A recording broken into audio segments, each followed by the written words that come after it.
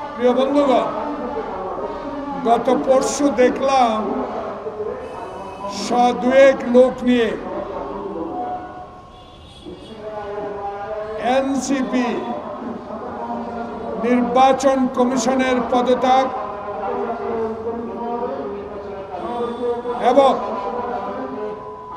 স্থানীয় সরকার নির্বাচনের দাবিতে বিক্ষোভ সমাবেশ করেছে। আবার গত কয়েকদিন ধরে ঢাকা দক্ষিণবাসী তাদের প্রিয় নেতা ইশরাককে আদালতের রায় অনুসারে শপথ বাক্য পাঠ করার জন্য দক্ষিণ ডিসিসি ভবনের সামনে অবস্থান নিয়েছে।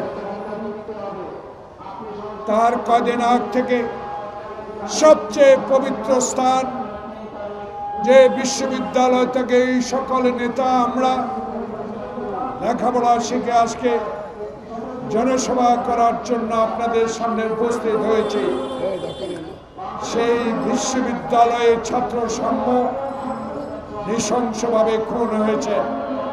ছাত্রদল প্রতিবাদ করে যাচ্ছে। প্রতিনিয়ত এই প্রেস ক্লাবের সামনে হাসিনা ফ্যাসিস্টের বিরুদ্ধে অনেক ছোটখাটো রাজনৈতিক দল বলেন, পেশাজীবী সংগঠন বলেন, সবাই ইউনূস সরকারের কাছে তাদের দাবিগুলো পেশ করছেন। কিন্তু সমসাময়িক রাজনীতিতে গতকালকে আমাকে বিস্মিত করেছে, আমাকে আপ্লুত করেছে। একজন স্বাধীনতা যোদ্ধা হিসাবে গতকালকে আমি সবচেয়ে বেশি মনোকষ্ট পেয়েছি। প্রিয় সাংবাদিক বন্ধুগণ, 1971 সালে খালি পায়ে যুদ্ধ করে দেশ স্বাধীন করেছি। যেই দেশে থাকবে না বৈষম্য, যেই দেশে থাকবে গণতন্ত্র, যেই দেশে থাকবে একটি নির্বাচন, যেই নির্বাচনের দিনে হবে, সেই দেশের জন্য আমরা স্বাধীনতা এনেছিলাম।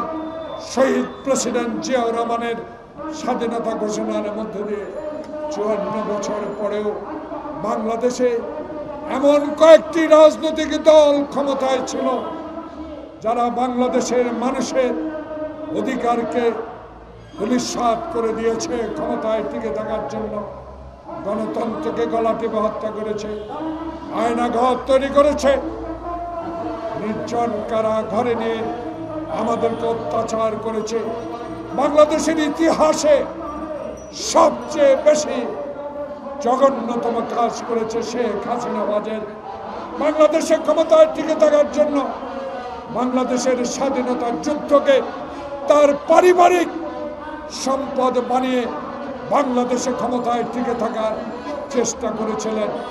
আল্লাহর কি রহমত, সেদিন আমাদের প্রিয় নেতা তারেক রহমানের সুশৃঙ্খল সাংগঠনিক শক্তির মধ্য দিয়ে আমরা সেদিন জুলাই আগস্ট বিপ্লবকে সমর্থন দিয়ে বাংলাদেশে আপনার মতো একজন সচেতন নাগরিক, যিনি বিশ্বের দরবারে আমাদেরকে অহংকারিত করেছেন।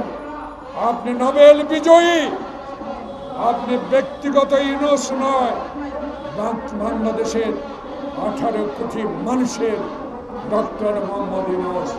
কিন্তু গতকাল আমি বিস্মিত হয়েছি, আপনি নাকি, আমি পত্রিকায় দেখেছি, কতটুকু সত্য আমি জানি না, আপনার এনসিসি নেতাকে বলেছেন আমার পদত্যাগ করা ছাড়া কোনো উপায় নাই। কতটুকু সত্য আমি জানি না।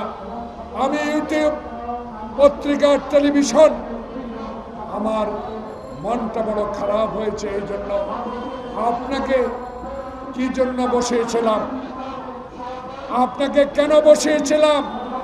9 মাস আপনি কি সেই পথে এগুতে পেরেছেন? পারেন না। না পারার কারণ আমরা জানতে চাই, না পারার বিষয় আমরা জানতে চেয়েছি। গতকালকার দল থেকে আমাদের স্ট্যান্ডিং কমিটির সিনিয়র সদস্য ডক্টর মোশাররফ হোসেন কি দুঃখে 3 জনের পদত্যাগ চেয়েছেন। তার দুঃখটা এই, আমরা তো চাই না আপনাদের পদত্যাগ, আমরা তো আপনাদের বসিয়েছিলাম। বাংলাদেশের মানুষ যেই জন্য আন্দোলন করেছে, একটি নির্বাচনের জন্য 9টি মাস অতিবাহিত হলো, কেন এখনো নির্বাচনের ম্যাপ দেওয়া হচ্ছে না? তাই আজকে কাদের পরামর্শে, সলা পরামর্শে, কাদের কান কথায় এখনো নির্বাচনের তফসিল ঘোষণা করা হয় নাই। তাই আমাদের দল বাধ্য হয়ে বলেছে, আপনাদের 3 জনের আগেই পদত্যাগ করতে হবে। খলিলুর রহমান সাহেব কোন রাজপথে মিছিলে ছিলেন? এই সালাম রহমত, আপনারা কি দেখেছেন খলিলুর রহমানকে কোনোদিন বাংলাদেশের রাজনৈতিক অঙ্গনে গণতন্ত্রের জন্য, ভোটাধিকারের জন্য, মানুষের সেবার জন্য এগিয়ে এসেছেন? এমন কথাটি উনি বলেন, যেই কথাটি বাংলাদেশের মানুষ গ্রহণ করে না। আপনি তারেক রহমানের সাথে তুলনা করাটা, আপনি যেই কাজটি করেছেন, বলেছেন অন্যায় গহিত কাজ। তারেক রহমান স্বাধীনতার ঘোষকের সন্তান, তারেক রহমান সেক্টর কমান্ডারের সন্তান, তারেক রহমান বাংলাদেশের সাবেক সেনা প্রধানের সন্তান, তারেক রহমান বাংলাদেশে বহুদলীয় গণতন্ত্রের প্রবক্তার সন্তান, তারেক রহমান আপসের নেত্রী খালেদা জিয়ার সন্তান। তার সাথে তুলনা করে আমাদেরকে মনে কষ্ট দিয়েছেন। আপনার অহংকার আপনার কাছে থাকুক। বাংলাদেশের রাজনীতির ইতিহাসে জাতীয়তাবাদী শক্তি যে আন্দোলন সংগ্রামের মধ্য দিয়ে বাংলাদেশের মানুষের অধিকার প্রতিষ্ঠার জন্য আজও টিকে আছে, তারই ভারপ্রাপ্ত চেয়ারম্যানকে আপনি যে তুলনা করেছেন, অবিলম্বে আপনার এই কথা প্রত্যাহার করে নিতে হবে। বন্ধুগণ, দেশে যেন একটা অস্থিরতা লক্ষ্য করা যাচ্ছে। এই অস্থিরতার মূল হোতা কারা?